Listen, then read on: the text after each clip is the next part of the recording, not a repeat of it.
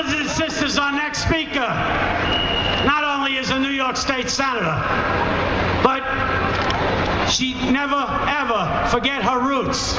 And her roots are right in that building.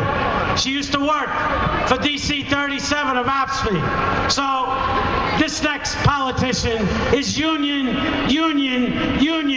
through and through, and a friend of ours, a great friend of ours, Diane Savino from the New York State Senate. Thank you, Chris.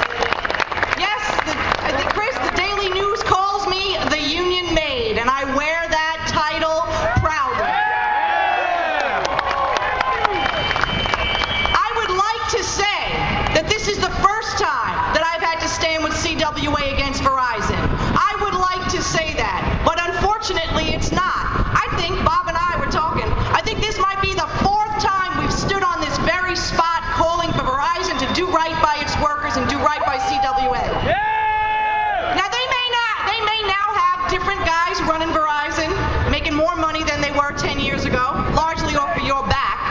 But we're the same people that were fighting for workers' rights then, now, and in the future. Hell yeah! And every time we stood here asking for Verizon to negotiate fairly and do the right thing, and they said no, you know what happened? We all got together and we won that fight. We will win this fight again. We will win! We will win! We will win! We will win!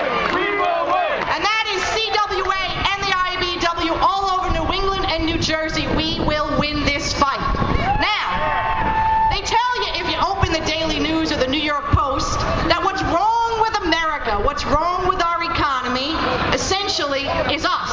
If we would just work a little harder, get paid a little less, and work a little longer. Bullshit! If we would just do all of those things somehow or other, the masters of the universe down the street in Wall Street that tanked our economy, well, they'll be able to put it all back together again. And we say, bullshit. Bullshit! Bullshit! Bullshit! Bullshit! Bullshit! Bullshit! Bullshit! We have seen this movie. We know how it ends. They're going to continue to say it's about just compromising. But it's funny because all that compromise seems to have to come from the union. It never comes from the boss. Now, I wish the Verizon executives were here and they could look at what I'm looking at right now. It looks like that commercial they run about their network. They forget that you are the network and their profits were made on your back. We are the network! We are Verizon! And don't forget it! We should remind this boss, who's no different than any other boss, that labor creates the wealth. Labor should share in the wealth.